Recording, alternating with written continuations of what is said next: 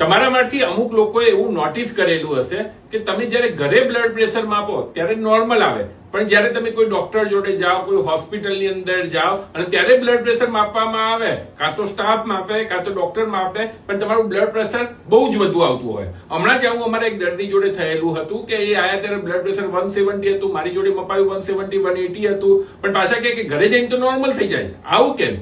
આવું એટલા માટે હોય છે કે એક વ્હાઇટ કોટ હાઇપરટેન્શન કરીને એક રોગ થતો હોય છે. એ રોગ નહીં પણ એક સાયકોલોજીકલ કન્ડિશન છે કે જેમાં દર્દીને આજુબાજુના વાતાવરણના કારણે બ્લડ પ્રેશર વધી જતું હોય છે, પર્ટિક્યુલરલી અમુક ડોક્ટર્સને જોઈને.